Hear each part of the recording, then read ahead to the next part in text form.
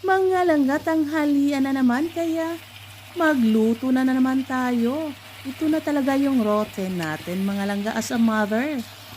Una pala, nagisa na ako dyan ng maraming garlic, then tomatoes at saka bell pepper. Halu-haluin lang natin mga langga, then isunod na natin yung tinatawag nilang sugo. Ang tawag dyan ay Egyptian sausage. Then mikos-mikos lang mga langga at pagkatapos timplahan natin ng salt, cumin at saka konting paprika. Then halu-haluin natin mga langga. Huwag lagyan ng tubig dahil matik na yan nagtubig yung mga veggies natin. At pagkatapos mga langga, tinakpan ko yan para naman maluto.